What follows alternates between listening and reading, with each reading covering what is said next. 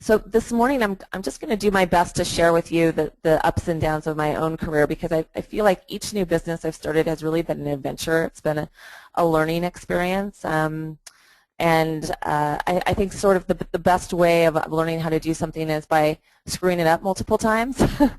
So hopefully you can learn from some of the mistakes I've made.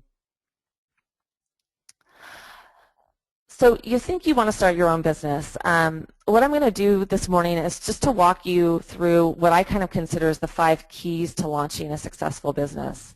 The first is the approach, or what I call the approach, which is really defining your unique idea. You know, what about your business is really unique and different, and I'll walk you through some of the steps that you can use to determine that. The second is the plan, and that's pretty obvious. That's how you're going to get there, hopefully with your sanity intact. And then the paperwork, and this is the not so fun part of starting a business. That's pretty much all of your pre-launch activities. So what are the sorts of steps that you need to go through in order to legally start a business? And what are some of the paperwork steps that are involved in that? And I'm going through that. That's probably the least interesting part of the presentation. I'm not going to spend too much time on it, but it's also incredibly, incredibly important and pretty fundamental to having a successful startup. And so that was probably where I've bungled things the most in the past, and so I am going to spend some time on that. Then, of course, there's the execution, and that's really what I call the nitty-gritty. That's the day-to-day. That's trying to figure out how you're going to run your business on a day-to-day basis. And then lastly, the exit. And this can be either intentionally or unintentionally. Everyone likes to think of the exit as, you know, this amazing success where you sell your business for millions of dollars. But exits can take lots of different shapes and forms. Sometimes it can be a sale. Sometimes it can be a pivot where you launch a different business within an existing business. Sometimes it can just be working in that business until you retire. So there's lots of different ways that you can look at an exit. And then along the way this morning, I'm just going to share some inspiration from other entrepreneurs, both within and outside our industry. I sort of surveyed my group of entrepreneurs and business owners that I network with, and sort of asked them for some of their tips and tricks and things they wish they had done differently when they started their business. So I'm going to share some of that with you. And then for those of you who aren't sure that you want to start your own business, I'm also going to share some tips for how you can act like an entrepreneur in your own career, so in your current role. So even if you're not ready to start your own business, I think there's just some ways that you can act more entrepreneurial in your day-to-day job that might inspire you to take that next step, or at least might help you sort of get ahead from where you are today. So I wanted to share with you this quote from Jeff Bezos, because I think this is a really fundamental part of determining what sort of business you start and the direction you head in. And I love this quote. One of the huge mistakes people make is that they try to force an interest on themselves. You don't choose your passions choose you. And I think that's really important when you're thinking about what sort of business that you want to start. I feel like a lot of times people identify a business idea where they feel like they can make a lot of money, but they're not necessarily that interested in it. And I think that if you're not really passionate and you're not really excited about what you're doing, it's going to be really hard for you to sort of bootstrap a startup and to work, you know, 18 hours a day on it. And it's interesting. There was an article actually this morning in Fast Company. If you know me at all, you know I love Fast Company. I read it daily. But there was a really interesting article about Jared Leto, and most people know Jared Leto as an actor. And some of you know him as a singer, but he's also a really successful investor and an entrepreneur. And he had a whole article this morning about passion that I really love. Somebody had interviewed him, and he says, "I don't use the word mission, but the filter I apply sounds like one. I'm an artist, I make things, and I share things with the world, and hopefully that adds to the quality of people's lives." His decisions as an entrepreneur, he says, come from the same place. I don't compartmentalize. What you're doing you should be passionate about, and if not, then say no. Whatever you do, you have to have a deep interest and desire and passion, or you shouldn't be doing it. My work is never a job. My work is my life.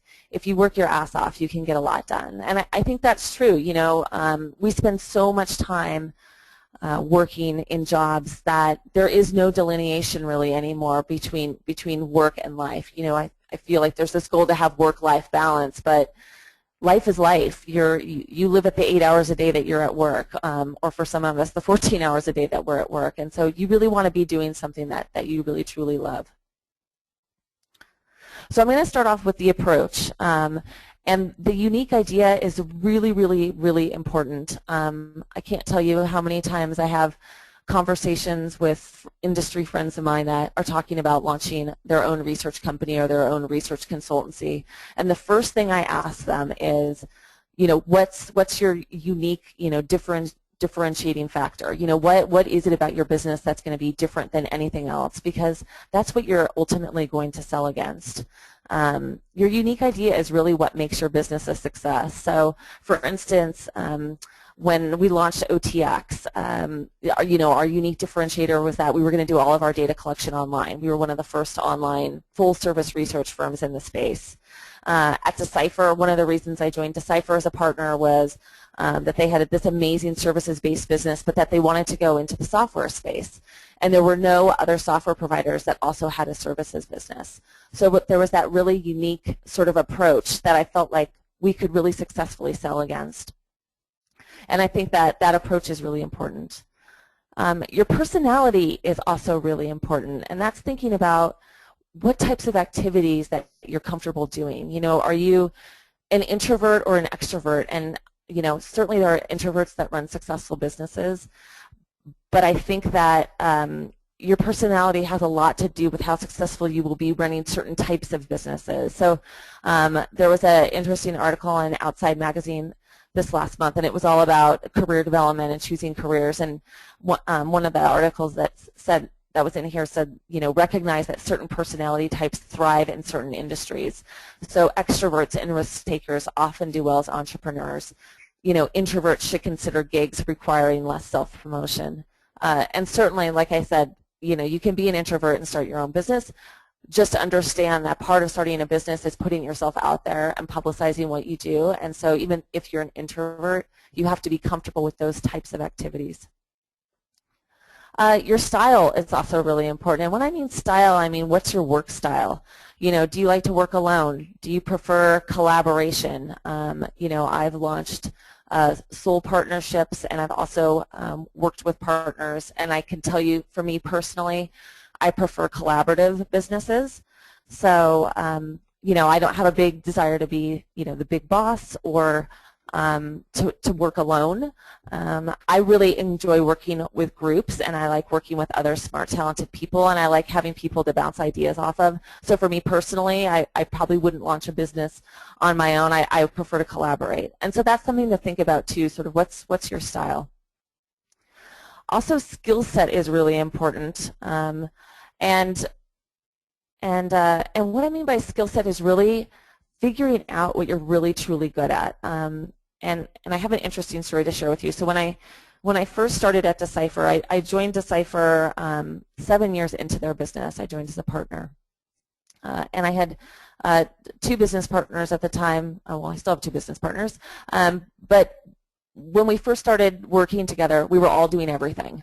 So every single decision had to be passed by the 3 of us. We didn't really have any clear delineation of roles.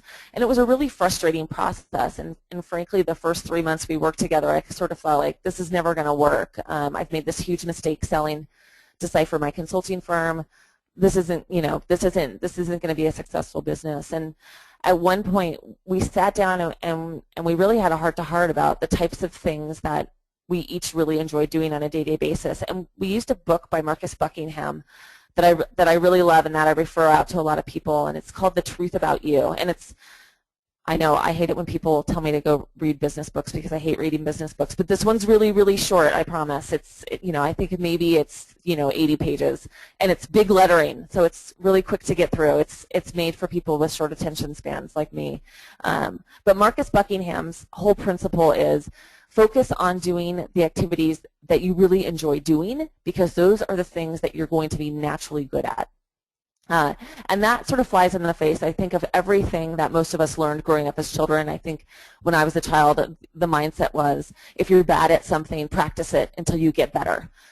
and Marcus Buckingham's take on it is don't practice the things that you're not good at. You suck at something because there's a reason you don't enjoy it, and you're likely not to enjoy things that you're not good at. And so literally for a week, that's what we did. We sat and we wrote down every single thing we did during the day that we loved doing and everything that we did during the day that we loathed doing. And then at the end of the week, we got together and sort of compared notes. And what we found was that there were some pretty dramatic differences between the three of us about what energized us and what we really loved. Most of my activities centered around, I loved, going out and meeting with clients. I loved selling. I liked landing a deal. I loved going to networking events.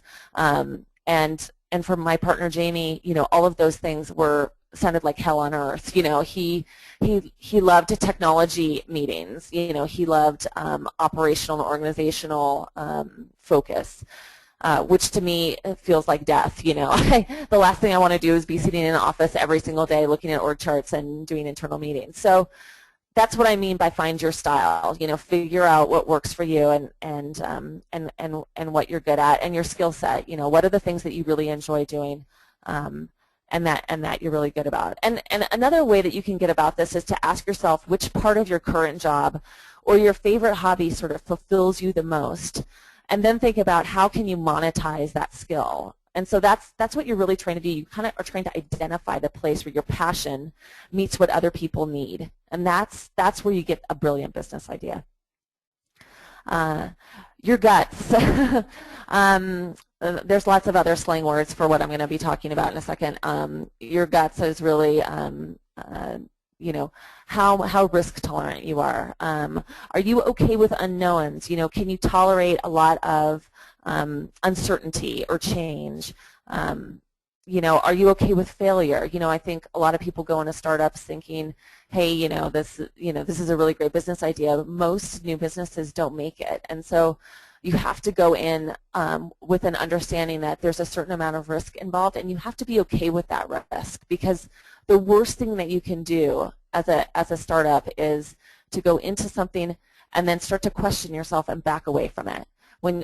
When you start feeling nervous or you're not sure that something's going to work, in my experience, for me, and I'm a little bit of a bull in a china shop, that's when I really need to push ahead. And sometimes that works and sometimes it backfires. But I think the key differentiator in any business that I've been involved in is that I go in absolutely 100% convinced that what I'm doing is going to work. When we launched OTX, it was one of the, like I said, the first, I think, full-service online research firm. It was definitely the first firm that did any sort of online research for the entertainment industry.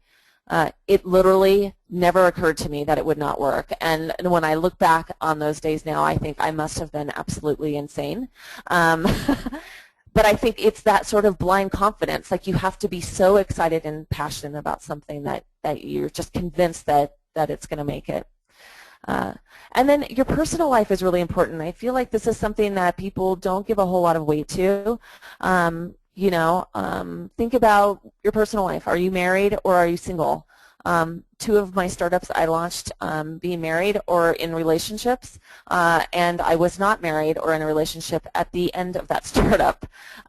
Startups can be really, really brutal on relationships, and it takes a certain type of individual to be able to be in a relationship with an entrepreneur. It's incredibly challenging.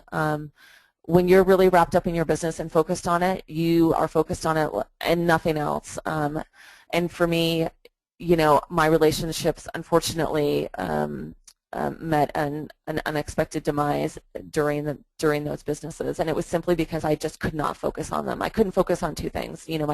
My business was my relationship, and anything that took me away from that made me cranky and pretty unpleasant to be around. And so that's certainly something to think about is your personal life. Do you have a supportive partner? Do you have someone that is flexible and understanding, or is it a good time for you to be single? Oops. So this is another, oh gosh, sorry, Ray, I'm messing around with the slides here. So this is another great quote that I love from Jim Rohn. Formal education will make you a living. Self-education will make you a fortune. And I love this quote by Jim because I'm, in essence, self-educated in business. I actually wrote an article for Fast Company maybe a month or two ago, and it was about whether or not you should get your MBA. And I never got my MBA. I was lucky enough to make it through my bachelor's degree because I have, as I mentioned, a pretty short attention span, particularly when it comes to schoolwork and reading. But I think I've sort of earned my MBA by default. And there was another quote, and actually this was something that my father said to me once, is that blind self-confidence has taken you much further than a degree. And I probably do have some blind spots when it comes to my self-confidence, but you know, learning on the job and learning by starting a business I think is one of the easiest and fastest ways that you can get up to speed on the business world. So next I'm going to talk about the plan, and the plan is really, really important. The financial reality check is a big part of your plan, and by financial reality check I mean how much of your own money are you willing to put into your company, and people have different tolerance levels for that, and that's something really unique that you need to think about. You know, really think about what will it take to start your company, and figure out realistically what you need to spend. And you know, the one piece of advice I can give you if you're thinking about starting your business is to start your business with as little money out of pocket as you can and taking on as little investment as you can. I think lots of people hear about startups in San Francisco and getting money from private equity firms, you know, getting millions of dollars to start a company. I certainly didn't have millions of dollars to start either of my companies. I took out SBA loans, Small Business Administration loans.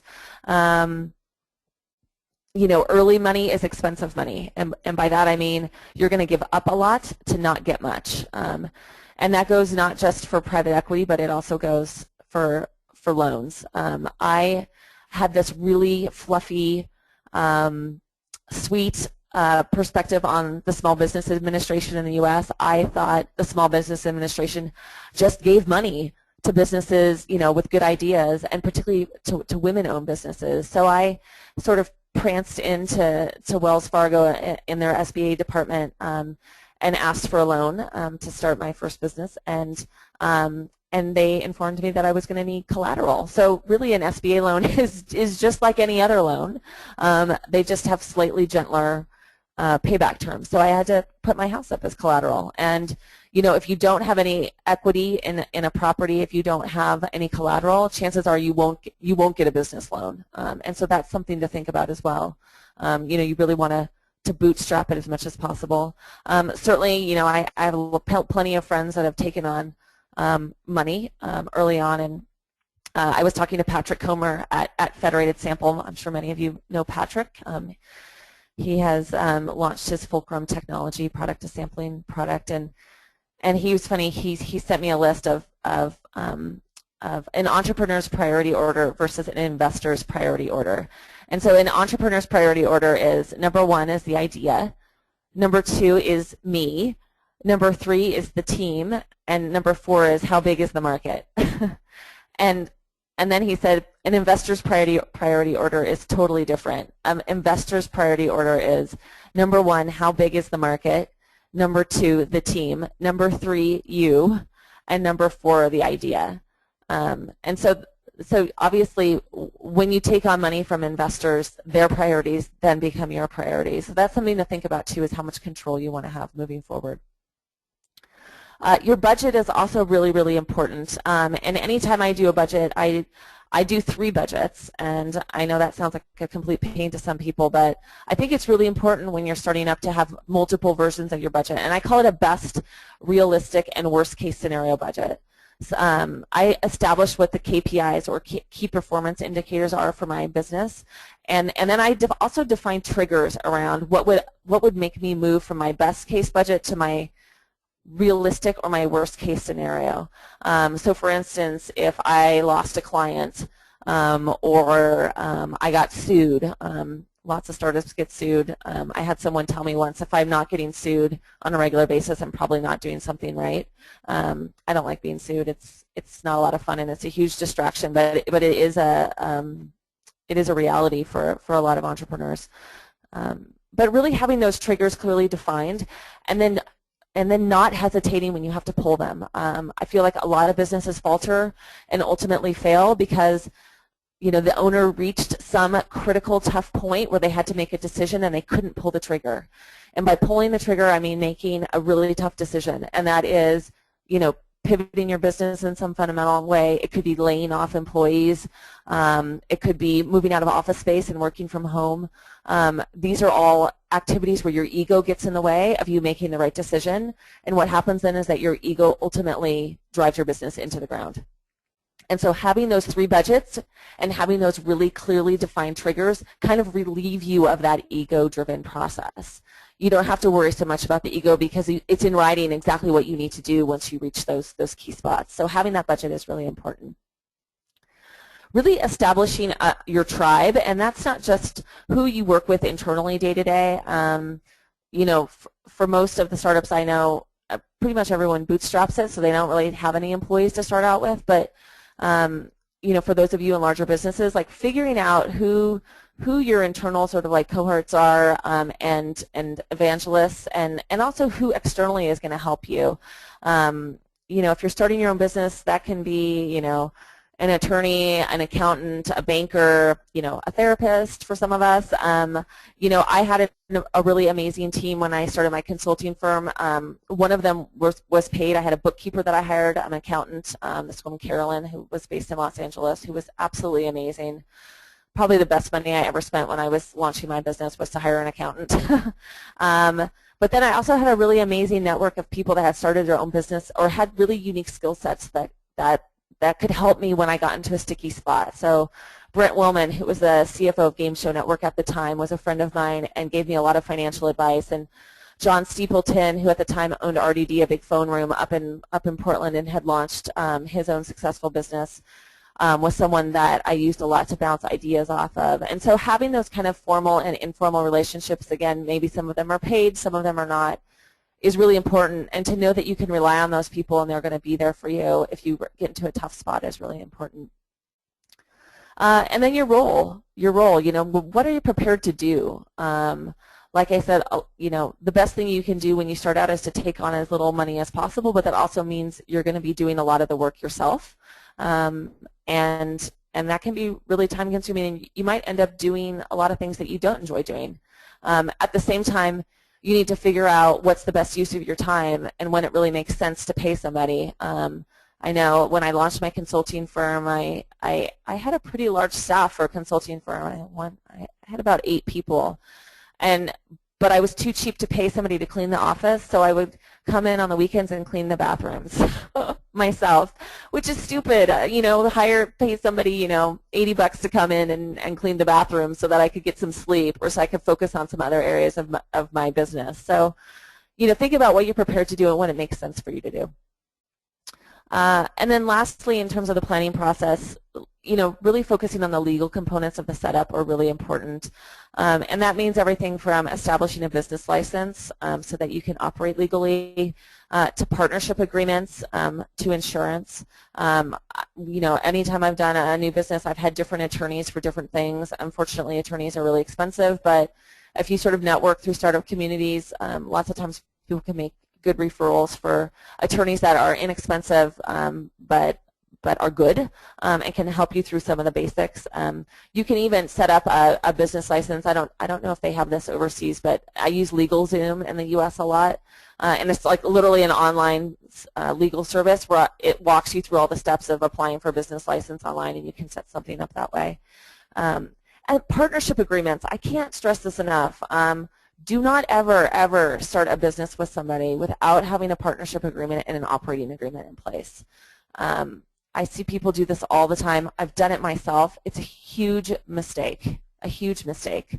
Partnership agreements are designed to protect people.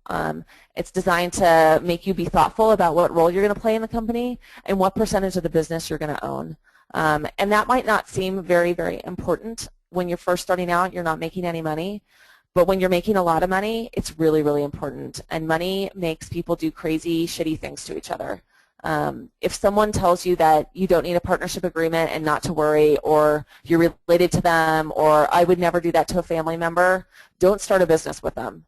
Anybody who does not want to document the relationship and document your professional agreement is not somebody you should be going into business with. And I know that's probably one of the toughest conversations you can have, you know, as a partner and as a business owner. It's so, so critical to that process and to having a successful launch and to having a healthy relationship with your partners ultimately. This is actually one of my favorite quotes from Nolan Bushnell, and this is going to segue us into the next part of the presentation, which is about the execution. And I think this is really true, and it's something that really resonated with me every time I read it. The critical ingredient is getting off your butt and doing something. It's as simple as that. A lot of people have ideas, but there are a few who decide to do something about them now. Not tomorrow, not next week, but today. And the true entrepreneur is a doer, not a dreamer. And that's so true. I mean, the people I know that are really successful business owners are people that, you know, are really, you know, busting their tail every single day in the business to get stuff done. You know, they're not sort of thinking about the future or, you know, waxing on about what their success is going to look like down the road. They're really, you know, they're dug into the business. So the execution, the financials are super important. You know, make sure you're comfortable with business finance when you start a business. You know, you need to understand the difference between, you know, net profit and EBITDA. You need to be able to read a P&L statement. If you don't know how to do those things, you don't feel like you need to go get your MBA. There's lots of different ways you can figure this stuff out. You can buy a business book. I bought a really incredibly boring book on business finance, and then my poor friend, Brent Willman, I just want to give him another shout out. He sat with me every single month and walked me through my financials, like for the first 6 months, so that I could understand what was going on with them and you know, be able to tell when things were going well versus when they aren't. And you might think that's really easy to be able to understand, like, hey, are you bringing in money or are you not? But the truth of the matter is that there's lots of variables that go into a financial statement that are really good indicators of as to where your business is going. You know, your backlog on invoicing, how much you know, how much money you've collected. Cash flow management is crucial, you know, particularly in the early stages of the business. You know, if you're doing a bunch of work but people aren't paying you for it, then that's problematic. You need to get paid. So financials are really, really important. There's also free online classes now, and there's lots of online, you know, massive online learning courses that you can take that are free, that from like Wharton Business School, where you can learn business finance for no cost. So if you're not comfortable with business finance, do it. Get comfortable. The hustle is really important. By the hustle, I mean the day-to-day, and I got this great quote from my friend Rebecca Brooks. Rebecca is one of the former principals of Holland Partners in Los Angeles, and she started her own firm called Dialogue in LA, and Rebecca said, this was a great quote from her, you have to always be running two distinct businesses. The first is the maintenance business, which makes sure your current clients are happy and spending as much as with you as they can. The second is the acquisitions business, and that's generating leads and adding clients to the roster. These businesses require different staffing plans, different skill sets, and different financial approaches. Trying to do both business strategies without making a clear distinction in your organization means you probably won't do very well on either strategy. And that's true. It's really, really difficult to be working in the business and working on the business. And those are two very, very distinct things. You know, if you're working in the business too much, if you're focused too much on the day-to-day, then you're not being strategic and looking at what the opportunities are down the road or how you need to build your client base. So that's something really to think about, you know, is how do you work on the business and in the business at the same time, or particularly if you have partners, you know, how do you sort of delineate those responsibilities? Bootstrapping. Bootstrapping is really, really important. And by bootstrapping, I mean be prepared to do things you wouldn't normally do to save money. There was a quote from a friend of mine, Brian Lamb, who's the founder of Wirecutter. He actually lives in Hawaii, and it's funny, he was actually quoted in Outside Magazine this month too, but one of the tips he's made, and this might seem like a no-brainer to a lot of people, but believe me, it is not, particularly in Los Angeles. He said a fancy car is the most ridiculous expense you can have. it depreciates like crazy, and you can't live in it. I know, I had a few Audis. Then I bought a beat-up 1993 4Runner for $2,000, and it lasted for years with no problems. Toyotas from 1988 to 1995. That's an amazing entrepreneurial secret. And that's part of bootstrapping is not being extravagant and not doing things that are ego-driven. You know, you don't need a nice car to get yourself to meetings, honestly. Like Brian said, if you can't live in it, you probably don't need it. You don't need a fancy office space. That's a mistake that I made when I launched my consulting firm. I mean, frankly, I could have worked from home for a much longer period of time than what I did. But I saw an office space and I liked it and I rented it, and it was a big expense that I didn't really need ultimately. So really think about what you need to spend versus what you would like to spend. And then the strategy, and I like to call this the bob and weave because strategy changes all the time in a startup. That's really being able to react quickly or to be proactive. I think crisis management when you run a small business is really critical. You know, if you don't get that big check-in, if a key employee gets sick, I mean, this happened to me when I was launching my consulting firm. I had hired a CTO who was supposed to build our entire technology platform. And the month before we were launching, he found out that he needed to have brain surgery and couldn't join the business. That's a pretty big issue. And in hindsight, I should have really reset and figured out if I could launch my business successfully. But because I was so excited about the business, I just kind of drove through, and I hired somebody that certainly did not have the technical chops that I thought that I needed, and it was, you know, it was nearly devastating to my business. I nearly lost my house because of it. I mean, I managed to recover from it and to build, you know, an amazing business, but it was really a struggle, and it didn't need to be that hard. You know, if I had just taken a step back and really thought about, you know, can I do this and is this the right strategy, I would have been a lot more successful.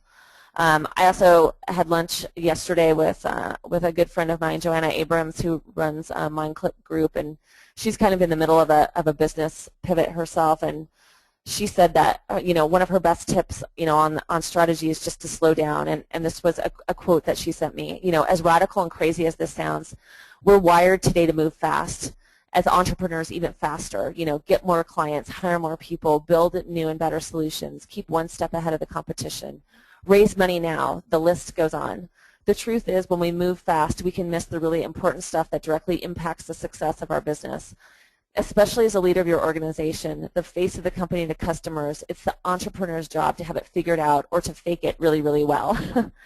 This requires time. It requires quiet time for thinking, strategizing, playing through various scenarios, questioning the obvious, being the devil's advocate, facing the doubts or the nagging feeling in your gut that something isn't quite right. Not that it's not indigestion, she said. And none of us can get there without taking the time to slow down. Yes, there are all sorts of people advocating this today, and many of us type A, change the world entrepreneurs are like, yeah, who has time for that? I was one of those. It's what I regret most. Had I taken moments to stop and breathe and think, clearly my story today would likely be different. So strategy is a big part of it. And then lastly, social pressure is really important to execution. You know, are you ready for social pressure? And by that I mean, you know, how it's going to impact your relationships. And it's not just your, you know, your husband or your spouse or your boyfriend, girlfriend. It's also about your friends, you know. If you have friends and families who aren't entrepreneurs, they won't truly understand what you're trying to achieve. And public pressure is likely to be even higher. You know, I've seen people care so much about what other people think of them and trying to put on a successful front that it nearly ruined their life, and it pretty much ruined their business. You know, I try to be as honest as possible, you know, with my circle of friends and my significant other when things are not going well, because when you internalize all that stress, it does profoundly impact your relationships. So social pressure is a big one. And then, you know, it's okay to say no to things, you know. I think sometimes you have to use no to achieve focus. And this was another quote that came out of this article about Jared Leto this morning.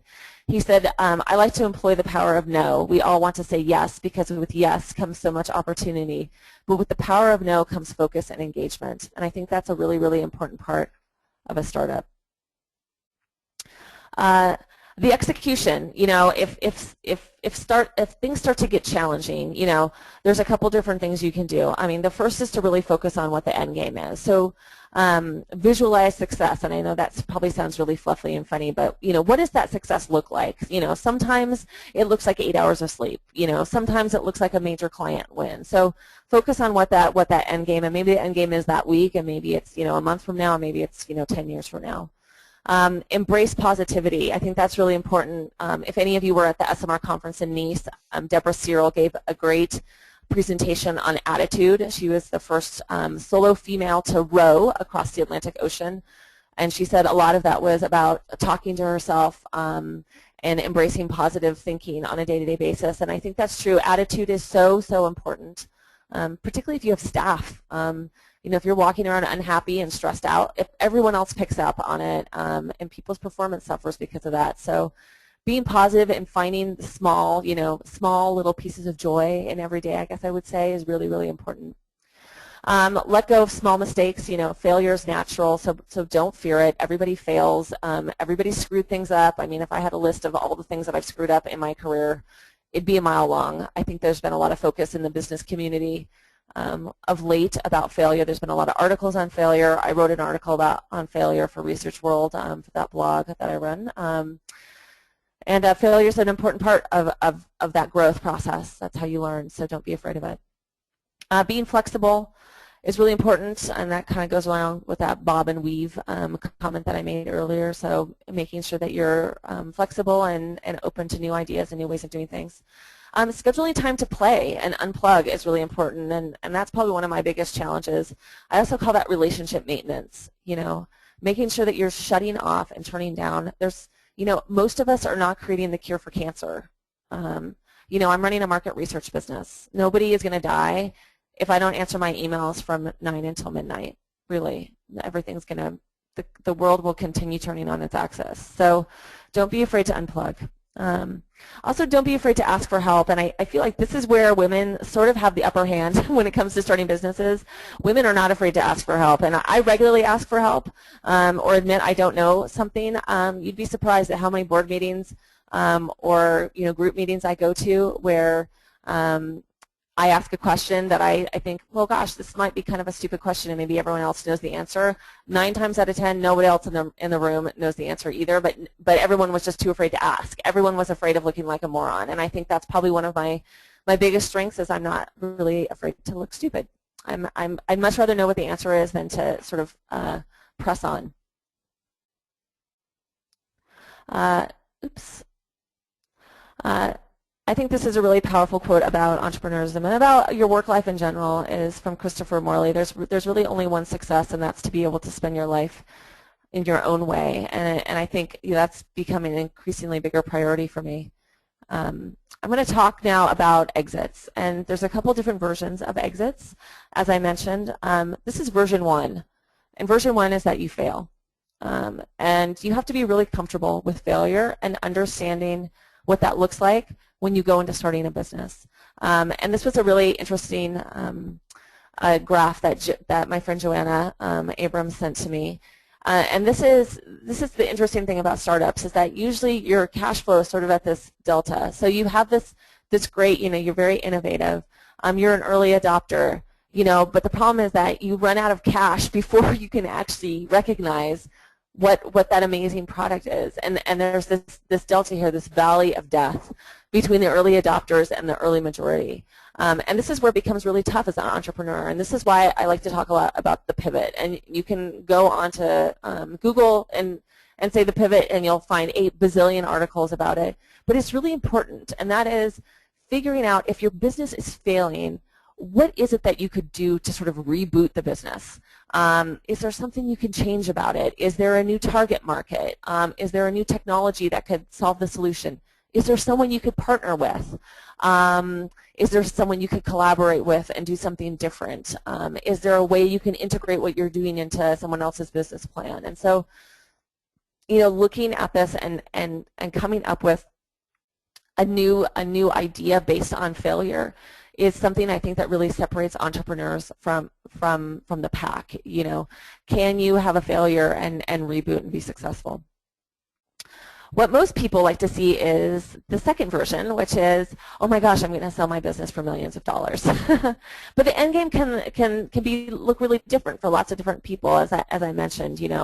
Sometimes it looks like a merger. Sometimes you get acquired. Some people want to run their business for life. They're not interested in selling it. So really figuring out what your end game is important. Positioning is also important. If you're getting ready to sell your business, you really want to focus on EBITDA. You want to focus on your profit margin. That's going to determine your sale price. That's going to determine what your valuation is. Typically, software firms or firms that have a product that they're actually selling have higher valuations than services firms. So that's also something to keep in mind, particularly when you're coming up with a business idea. And in the past, I find that it's easier in some ways and less stressful, and also you tend to make less mistakes if you hire an M&A firm to represent you, and if they work with you on a go-to-market strategy. Now, obviously, it's more expensive to hire a firm in that process, but I feel like it also helps you maintain focus on your business and also keeps you from making some key mistakes. And then, thinking about the buyer, are you going to be bought by a strategic partner or by a venture capital firm? By a strategic partner, I mean, is it an acquisition by someone in your own industry, or is it going to be by an investment bank? Sometimes it's both, and what you really want to make sure is that you have similar values and priorities. It's really important to map out what the business is going to look like post-acquisition, post-merger. Are your employees going to stay on? Are you going to stay on? Usually there's an earn-out. Usually after you sell, you're required to stay on. I think the average is around 2 years. So make sure that your go-forward is really clearly defined. 2 years in a bad situation feels like a lifetime. Trust me, I've done that. It's not a lot of fun. It can feel like a real death march. So make sure that you have your earn-out and the buyer really thought out. And then the repeat, what do you want to do next? For me, it's, hey, let's go start something else. I always say I'm going to take some time off in between businesses. That rarely really happens, because as soon as I'm not working or as soon as I'm winding down from one business, I'm already thinking about the other one. But certainly thinking about what's the next step is really important. And then I love this quote, oh, wait, I think I skipped one. 20 years from now, you'll be more disappointed by the things that you didn't do than by the ones you did do. So throw off the bow line, sail away from the safe harbor, catch the trade winds in your sails, explore, dream, and discover. That's one of my favorite quotes from Mark Twain. And anytime I think about taking a big, comfortable corporate job, that's what I think about. And then, just a few tips, and I know, Ray, you want to get into Q&A, but, for those of you who aren't ready to make the leap, and there's lots of people, I think one of the best things you can do is be honest with yourself about whether or not you're really up for starting your own business. And, if you're not ready to make the leap, there's a few things that you can do. The first is to really get comfortable with business finance.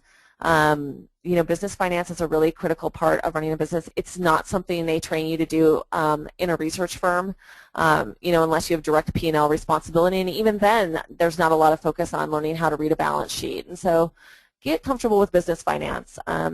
Also, determine what that truth about you is. You don't necessarily have to buy the Marcus Buckingham book, but really figure out, what are the things that you're really passionate about? What are things that you're good at?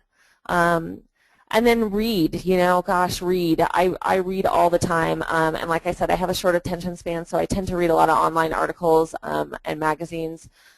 Business books are really snoozers for me. I can't stand them, but I do try to muscle my way through them now and again. But on a daily basis, I read Fast Company.